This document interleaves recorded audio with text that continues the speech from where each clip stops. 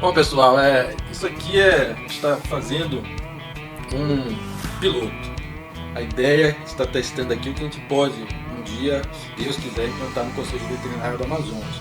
Uma estrutura onde o veterinário tenha livre acesso, tenha a possibilidade de ter mais contato com o médico veterinário e que o Conselho possa trazer especialistas, como a gente trouxe hoje, para falar de temas de interesse da medicina veterinária e da zootecnia no estado do Amazonas. E hoje tem aqui eu, que sou Paulo Carneiro, candidato a presidente, tem o Aldrin Bruce, que é nosso candidato a vice, e a doutora Mônica Oliveira Ventura, que é secretária-geral da Anclivepa Amazonas, representa o que eu digo sempre, a vitrine da veterinária, que são os clínicos de pequenos animais, né? Quando você fala de veterinária, a imagem imediata que vem de um clínico de pequenos. E a Anclivepa, ontem me preparando para essa conversa nossa, eu descobri que a Anclivepa Nacional foi fundada em 1957. Muito tempo. Pô, já tá para fazer 70 anos, né? Um negócio bem... É muito antiga e eu vejo que a Anclivepa Nacional é muito forte. Eu sei que a Anclivepa Amazonas, eu lembro a época que eu era presidente do conselho e o Estevão, o doutor Estevão Cavalcante, que para mim é grata surpresa, ele faz parte da Anclivepa Nacional, né? Uhum, isso mesmo. E o Estevão Cavalcante começou a conversa sobre criar uma Anclivepa. A gente no conselho sempre tentou estimular a criação de outras entidades que representassem a profissão e graças a Deus saiu a Anclivepa 2014. Mas eu quero passar a palavra para ti, Mônica, falar como é que está a nossa Anclivepa, como é que os planos da Anclivepa futura e se apresentar, claro, apresentar seu currículo. Obrigado. Tá, então vamos lá. Eu sou médico veterinária, né, formada aqui no Amazonas mesmo, e desde então atuo na região. Então eu tenho a parte da clínica de pequenos, tenho um canil, criação de raças, né, como York, Shih Tzu, Maltese, Spitz alemão. Também estou como pós-graduanda, termino agora nefrologia e urologia. Então, e aí agora não, uns 2 anos, como secretária-geral da Anclivepa Amazonas. É importante a gente lembrar que a Anclivepa Amazonas, ela é parte de uma Anclivepa principal, né? Então, a Associação de Clínicos de Pequenos Animais tem a Brasil, e a Brasil ela é dividida em cada estado, né? Então tem as subdivisões, e aí nós temos a do Amazonas. Atualmente faltam, se não me engano, só 3 estados terem a sua sede lá para completar o Brasil inteiro. A Anclivepa Manaus tem uma sede própria, Amazonas tem uma sede própria? Ainda não, esse é o nosso interesse, crescer ainda mais e ter a nossa sede. Na região norte, quantas Anclivepas tem? Eu não sei contadas, mas eu sei que abriu esse ano agora, no final do ano, Boa Vista, Acre parece que não tem, nem Rondônia. Eu acho que, se eu não me engano, as 3 que faltam é no norte. Então, Acre e Rondônia é a responsabilidade de vocês. É, ou de Boa Vista. Pois é, Boa Vista não vai ser vocês mesmo. Isso. Mônica, como é que funciona, por exemplo, o programa de educação continuada da Anclivepa? A Anclivepa ela faz os cursos dela voltados para o profissional, para o estudante. Qual é o foco da Anclivepa? Tá, ela é voltada para o clínico e ela é voltada tanto para aqueles finalistas quanto já o que já está formado. Então a educação que é importante a gente lembrar, e a importância da Anclivepa é o quê? Melhorar cada vez mais a capacidade técnica dos veterinários. Todo veterinário que forma, ele é um clínico. Então quanto melhor a veterinária for na parte técnica, melhor a gente vai evoluindo. Então a Anclivepa vem com concursos, como congressos, a gente vai ter um simpósio agora aqui em Manaus, pós-graduações, então sempre lembrando que não é só formar, né? Às vezes o estudante pensa, formei, virei veterinário, tudo certo. Ali é o início da tua escalada. Então cada vez estudar mais, se evoluir, se aprimorar, e é isso que é a intenção da Anclivepa. Tu como secretária-geral, o secretário-geral que carrega o piano, vocês têm assim um calendário anual de eventos? Como... Tem, desse ano, o que está programado até o momento é a questão do simpósio em maio. E aí, a partir de maio, a gente já vai finalizar o restante do que vai pretender para esse ano. Tem também a pós-graduação de clínica de pequenos animais, que é a clínica e cirurgia de pequenos, que também já está aberta, que é a pós-graduação.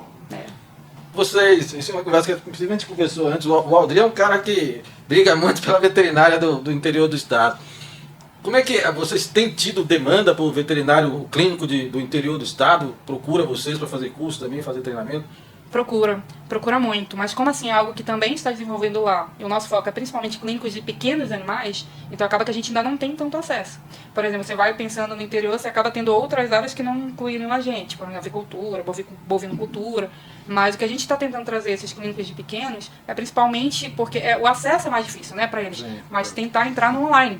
tentar chegar com esses cursos que eles possam fazer de lá também e possam ser ouvidos, porque eles também têm as dificuldades de lá, entendeu? Essa é uma proposta nossa da Chapa 10, é tentar criar uma estrutura mais ou menos como essa. Legal. Que a gente possa retomar o programa de educação continuada, que o Conselho já teve um programa de educação continuada, que foi descontinuado, né? E a ideia nossa é essa. Eu vejo assim, uma parceria com a Inclivepa nesse sentido de trabalhar com a clínica de pequenos é super interessante. Na época não existia a Inclivepa, o que a gente fazia era consultar os colegas. Eu me lembro que a gente trouxe na época o Dr. Larson, que era o grande especialista de dermatologia no Brasil. Então temos vários especialistas e tem parceria com o sistema, né? Então a gente perguntava dos colegas, né, quais eram as demandas, e a gente trazia. Na época o nosso conselho não era como é hoje, a gente fazia parceria com o Conselho de São Paulo, que mandava para cá para fazer. Mas hoje, eu vejo que o Conselho tem uma possibilidade de ter uma parceria continuada, excelente com a Inclivepa, nessa questão do atendimento, né? E com relação aos pequenos, o clínico do interior, ele sempre vai ter essa demanda por pequeno, né? Mas o clínico do interior não escolhe, não pode escolher, né? Ele vai pegar o que aparecer na frente dele, né? Eu acho que esse é um desafio para vocês também, de tentar chegar no interior. Mônica, nessa minha caminhada agora da veterinária, eu tenho percebido que, essa é uma visão minha, eu quero ouvir a tua, né? A veterinária mudou muito, o perfil do veterinário nos últimos 10 anos mudou muito. Hoje eu vejo muito especialista, né? Tem clínicas que tem uma estrutura assim de diagnóstico de imagem excepcional. E, ao mesmo tempo, no mesmo bairro, às vezes, encontra clínicas bem básicas, né? Que tem um atendimento bem básico. Essa é a minha visão, né? De quem está correndo, visitando os clínicos. Qual é a tua visão? Qual é o perfil do clínico veterinário no Amazonas hoje, de pequenos animais? Tá, então assim, voltando atrás, né, desde 2009 aí, então, antigamente, aqui no em Manaus, a gente era como é o interior hoje. A gente tinha que ser tudo, e eu tinha que olhar para o animal e entender tudo que ele tinha sem exame nenhum. Né? Então a gente não tinha nem hemograma. O hemograma era ouro, né? Fazer um hemograma demorava dias e era o melhor que a gente tinha. E a gente tem visto que a medicina veterinária no Amazonas tem evoluído muito. Coisa que a gente não tinha anos atrás, a gente já tem especialistas, a gente já tem, como você falou, diagnóstico por imagem maravilhosos, mas a gente também não pode abandonar aquele que ainda está mais básico, né? Então acho que aí a gente tem que congregar. Essa é a função do Inclivepa, melhorar a questão técnica da clínica. Né? Então, se a gente melhora, ensina, né, faz cursos para todos os veterinários em geral, você vai melhorar a qualidade técnica do veterinário como um todo. E se você melhorar a parte clínica, você melhora também o especialista, como a gente estava conversando agora, né? Então, todo veterinário, ele forma como um clínico geral. A partir daí, ele vai virar especialista. Mas o especialista, ele não pode esquecer que ele não pode trabalhar só um sistema. Ele tem que ser um ótimo clínico. Porque ele tem que entender um pouco de cada sistema para ver aqui o que afeta no que você trabalha. Por exemplo, eu trabalho com rim. Então, o que o rim afeta? E o que afeta o rim? Então, tem que ser uma clínica muito boa. Então, é isso que a Inclivepa vem trabalhar a parte técnica do clínico de pequenos animais. Interessante, né? Eu costumo, quando falo para meus alunos hoje, eu falo que quando eu fazia extensão rural, né, aqui ia para o interior e atendia aqui em Manaus, no começo da carreira, eu tinha que atender de tudo. Uma vez eu lembro que tinha um circo aqui e o leão estava com problema, me chamaram para atender leão. Nunca tinha chegado nem perto daquele. Essa é a nossa realidade. Quanto mais para trás, a gente é muito mais generalista, a gente não tinha, né? E hoje, de fato, eu concordo contigo, tem muito especialista. E eu acho que tem que ser uma preocupação dos clínicos em geral, o próprio conselho, né? Que o veterinário, o especialista tem que saber, de fato, a questão entender o animal. Não é o rim, né? É o rim dentro do animal. Sim, é do conjunto, é o organismo como um todo, né? Conjunto, é um animal todo. Deixa eu te fazer uma pergunta polêmica. A gente tem visto muito a questão esse movimento do bem-estar animal crescido muito, muito forte, inclusive eleitos políticos no estado do Amazonas, né? E esses mutirões de castração, faz um espetáculo de midiático. Qual é a visão dos clínicos com relação a isso? Complicado. Porque hoje mesmo eu estava falando com uma cliente a respeito disso, né? Explicando para ela a importância de a gente fazer uma consulta pré-cirúrgica, pré-anestésica. E aí a gente acabou de terminar um procedimento e ela estava conversando com a tutora. E aí a tutora falou quais exames tinha feito, pré-cirúrgico. E eu estava explicando para ela que cada paciente é diferente. Então as duas eram basicamente a mesma idade, a mesma raça. Mas o que eu pedi para uma de pré-cirúrgica é diferente da outra. Então eu acho que na campanha o que falha muito é que a gente não individualiza. Todo mundo é cachorro, todo mundo vai castrar. Será que aquele animal poderia castrar? Entendeu? Hoje a gente já vê que castração, por exemplo, precoce, aumenta as chances de doença e não diminui. Então aumentaria as chances de câncer. Animais de grande porte, displasias, né, problemas articulares como um todo. Então, assim, coloca todo mundo como igual, não pode. Eu acho que esse é o problema maior das campanhas. Fora que se você não individualiza, você não sabe o risco que ele tem. Então, aquele animal tem riscos maiores para o quê? Você não avaliou o paciente. Muitas das vezes o veterinário vai fazer procedimento, nunca nem viu o animal. Ele faz o procedimento e já passa para o outro. Então ele não tem acesso a entender o que aquele animal precisa, quais os riscos. Então acho que isso que torna as campanhas um pouco mais riscos, né, mais complicadas. Eu costumo dizer o seguinte, todo veterinário, claro, é um protetor do animal.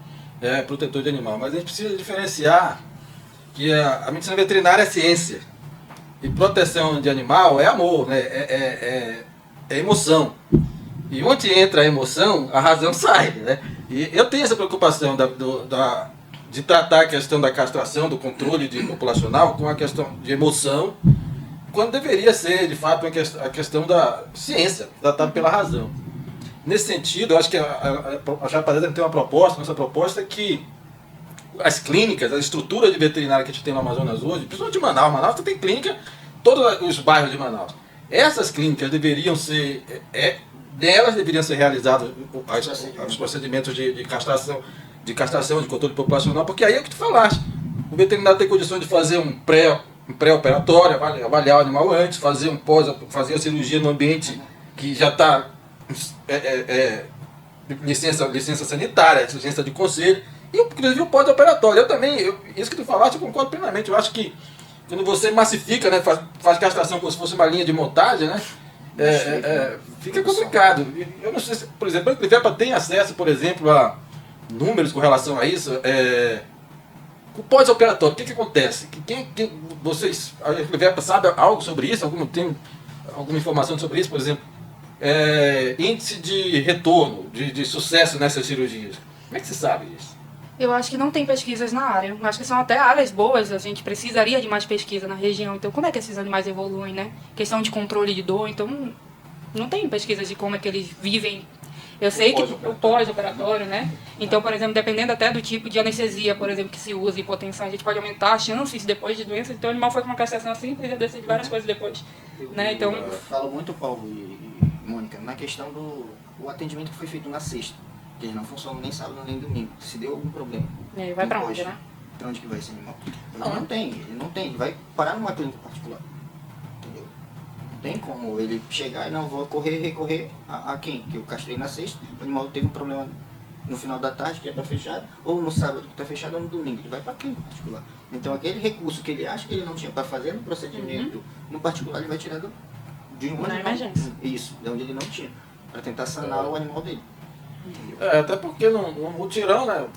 No outro dia a estrutura não vai estar lá, certamente, né? Tem que ter uma estrutura no local para atender. E até, como você falou, pós-anestésico imediato, né? Então muitas das vezes, não são em todas talvez, mas muitas vezes o animal sendo entregue e ainda dormindo. Né? O animal aí vai pro tutor e aí o tutor que tem que dar o jeito dele com pós. E aí, né? Fica muito complicado. Esse retorno da anestesia, a gente na clínica... Temperatura, hipotensão, tem tanta coisa. Que você só devolve o animal quando ele está ativo. Eles né? no mínimo tem que estar em pé, todos os parâmetros normais, né? Então isso que a gente faz na clínica, no dia a dia. Então assim, é muito complicado, é um risco muito grande. Isso é algo que o Conselho, na nossa gestão, pretende intervir, atuar. A gente quer defender a ciência, a medicina veterinária como ciência. Não como espetáculo, não como instrumento de política eleitoral. Acho que, certo, tem que ter uma política pública de controle populacional, mas sem abrir mão da ciência veterinária. Eu acho que a gente, como ciência, a veterinária tem que se preservar nesse sentido. E é papel do Conselho fazer isso. Se o Conselho não fizer, ninguém vai fazer. Né? Esse eu acho que é o papel do Conselho. Até o que eu falo, né, Paulo? Nessas campanhas, o Conselho tem que ser chamado pelo seu corpo técnico dessa Comissão de Bem-Estar Animal para ser ouvida. Eu lembro que na época a professora Raquel Lisboa, que era presidente da Comissão de Bem-Estar Animal, tinha esse projeto que o professor Paulo está falando. O que era? Pegar as clínicas, cadastrar as clínicas loteadas por bairro para fazer essas campanhas de castração séria, entendeu? E não voltar para esse círculo político, porque hoje a gente tem a nossa realidade dos políticos abraçarem uma causa para fins de eleição. Política é normal, né? Não, isso não funciona. Mônica, eu sei que o Estevão, que é o vice-presidente da Clivepa Amazonas, faz parte da Clivepa Nacional e é conselheiro suplente do Conselho Federal de Medicina Veterinária. Hoje, como é que é essa relação institucional da Anclivepa com o Conselho Regional de Veterinária? Como funciona hoje essa... Assim. Vocês têm de parceria institucional instituída entre Anclivepa e Conselho? Então, assim, a Anclivepa sozinha, ela não funciona. Então, a gente precisa muito do apoio do conselho. Até porque todo clínico é um veterinário que vai estar cadastrado lá. Então, a gente tenta sempre procurar, ir atrás, né, conseguir com o apoio deles. Então, em geral, a gente consegue funcionar e vai funcionar bem com o conselho. De que forma tu acha que o Conselho pode ajudar mais a Anclivepa? Por exemplo, você falou, a sala, né? A gente tem uma sala para fazer um podcast como esse, fazer eventos, né? Assim, não necessariamente eventos com várias pessoas, mas uma roda de conversa como a gente está tendo aqui, eu acho que seria interessante. Como a gente até falou no início, talvez, por exemplo, o cara está lá no interior, mas ele tem internet, ele pode participar, tirar as dúvidas dele, então acho que aumentar ainda mais a questão de divulgar conhecimento. Porque a função da Anclivepa é o quê? Melhorar a capacidade técnica. Quanto mais a gente divulgar conhecimento, melhor. Entendeu? Acho que sim, ajudaria muito. Talvez, eu não sei se tem espaço, como é que funciona, mas um auditório também, por exemplo, pra gente é muito difícil. Quando a gente vai fazer eventos maiores, a gente precisa das faculdades, que a maior parte são particulares, aí vai, então tem todo... Assim, a gente não tem local para fazer, então muitas vezes talvez um local mais específico facilitaria. Não só pra gente, como outros cursos também, né? Mas ajudaria muito. Isso é um compromisso nosso, pode deixar. Lógico que eu lembro... Eu sou veterinário, eu tenho 32 anos de veterinário. Eu lembro que em 96 nós criamos aqui a Associação de Boiatria do Amazonas. Né? Foi uma das primeiras associações de boiatria, foi criada de clínica de bovinos. Né? Mas na época eu fui para o conselho, me afastei da associação, mas é algo que eu acho que deve voltar a funcionar. E esse é um compromisso nosso, apoiar todas essas entidades, tanto a Anclivepa quanto a boiatria.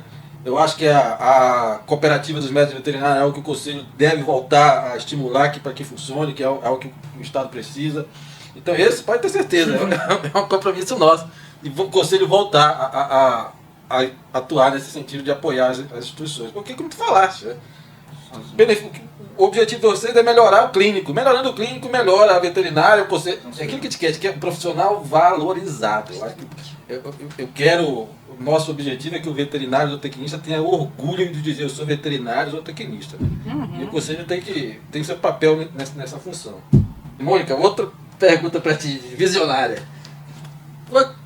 Quando tu vê o futuro da clínica no Amazonas? É o especialista, é o generalista? O que é a tua visão para o futuro?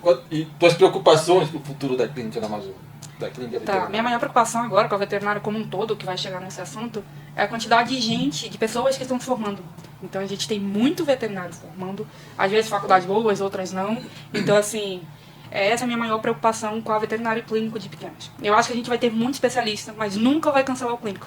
Porque o clínico é a porta de entrada. É através dele que ele vai avaliar o conjunto todo e achar que o animal precisa para isso, o animal precisa para isso.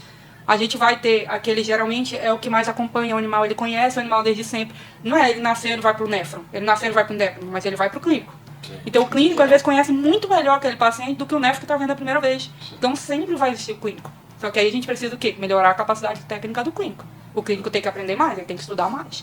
Porque aí a gente tem um melhor. Porque não adianta também ter um clínico que não tem uma base muito boa, ele não vai fechar diagnóstico. Né? Então a gente acaba parando ali e aí ele perde a função. Aí parece que o clínico não serve de nada. Porque ele não diagnostica nada, ele vê alguma alteração e já manda para o especialista, então não serve para nada.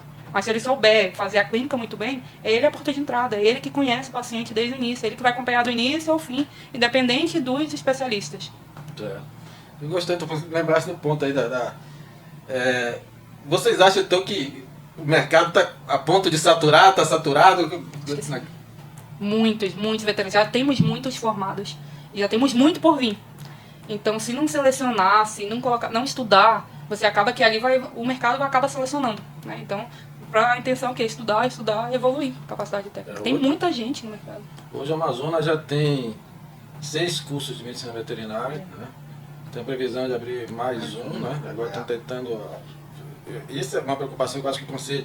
Essa ideia de que o Conselho não tem influência alguma na abertura de curso, mas não é verdade, mas não é. Eu acho que o Conselho pode se posicionar, né?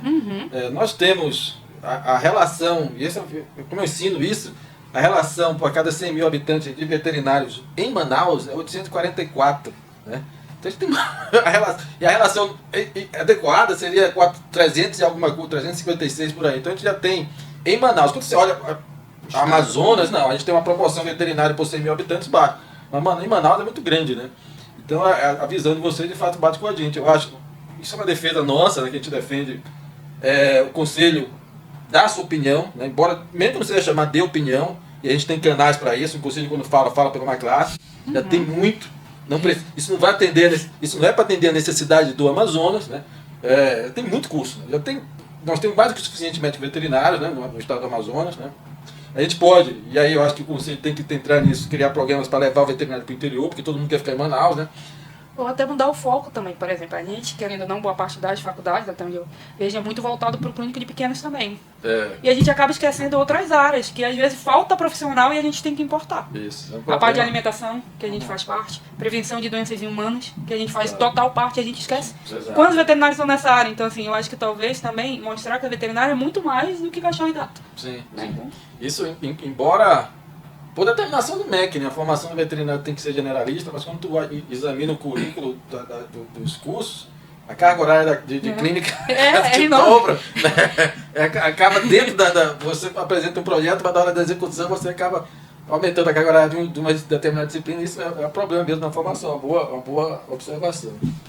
Bom, vamos para a nossa reta final. Eu vejo muito, Paulo, nisso aí, e é uma das propostas que eu tinha, tanto na primeira como na segunda campanha que eu vi, é a gente divulgar isso, tanto depois de formado como dentro da academia. Quais as áreas que a medicina veterinária pode exercer? Isso até para a sociedade, como um negócio desse aqui, traz um especialista essa semana que vai falar sobre inspeção de alimentos, um que vai falar sobre clínica de pequenos, e mostrar para a sociedade onde é que o veterinário está incluído nisso aí, na questão da pesquisa. Quando a gente teve o nosso ministro da Saúde, que foi o médico veterinário, a gente virou chacota no Brasil todo.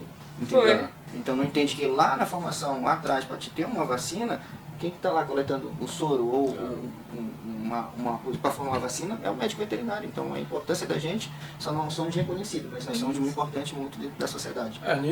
Disso que você também tem que contribuir, né? Fazer campanhas de conscientização, né? Mostrar onde o veterinário atua, né? Há tempos atrás a gente usava muito aqueles outdoors, né, do dia do veterinário, mostrando o veterinário profissional que está onde você nem imagina, né? Acho que isso a gente pode começar a resgatar, né? O Conselho pode começar a resgatar para mostrar para a sociedade. E assim, eu acho que o Conselho da Amazônia não tem que esperar o Conselho Federal fazer uma... A gente tem recurso, vamos fazer aqui, vamos fazer para cá. Esperar 9 de setembro para mostrar, faz bom mês, sabe? Esse mês a campanha, o foco é para o clínico de pequeno. Mês que vem é de inspeção, outro mês é ir focar, mostrar para a sociedade onde é que está o médico veterinário e o zootecnista incluso. Perfeito. Mônica, para encerrar, como é que os clínicos de pequenos do Amazonas, de Manaus e do Amazonas, podem se associar à Anclivepa? Chame o seu público, como é que eles entram para a Anclivepa? Tá, então, a Anclivepa, Associação de Clínica de Pequenos Animais, é importante lembrar que é a associação, né? Nós temos o site, anclivepa.com.br, anclivepaam.com.br, temos o Instagram também. Então você faz a associação e é importante lembrar que mesmo você associando no Amazonas, ela é válida no Brasil inteiro onde tiver Anclivepa. Então você associou aqui, quer fazer um curso na Bahia, por exemplo, você vai ter o mesmo desconto que os da Bahia vão ter. Então a gente chama só Anclivepanos como um todo. Então a Brasil associa todo mundo.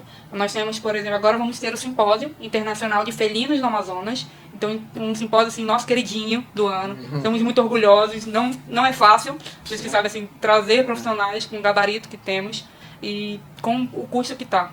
Então foi um trabalho, foi um conjunto da Brasil com a Amazonas para tentar, como a gente fala, né, melhorar cada vez mais o veterinário do Amazonas. Então a gente pede que vocês divulguem, que ajudem, que curtam a página, tá? Anclivepa Amazonas.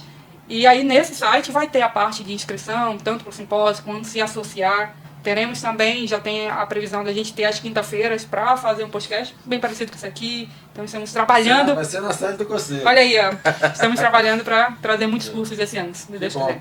Eu quero te agradecer, te trazer aqui, primeiro para abrir essa nossa experiência, mostra o valor que a Chapa 10 dá para o clínico de pequenos, eu acho, eu sempre falo isso, é a nossa vitrine, é a clínica de pequenos, quanto mais valorizada for a clínica de pequenos, para o Conselho melhor, para nós como profissionais melhor. E quero te agradecer por ter vindo, por ter aceito, porque foi difícil trazer o representante do Anclivepa aqui. E quero encerrar te colocando um desafio. Vamos. Eu quero ver a Anclivepa trazer o Congresso Nacional para Manaus. É a nossa intenção. Vai ter total apoio nosso. O Conselho de Veterinário do Amazonas, na Chapa 10, vai dar total apoio. Essa é uma briga nossa, então, da Anclivepa Amazonas e do Conselho de Veterinário do Amazonas pela Chapa 10. Sim, o simpósio é o nosso experimentação. Como é a aceitação, como é que a gente vai se desenvolver. Então aí você já tem a intenção de trazer o Congresso para cá. E vai ser muito bom. Que bom, muito bom. Conte conosco, conte com você e conte com a Vamos Chapa 10. Tamo junto. Obrigado. Nada.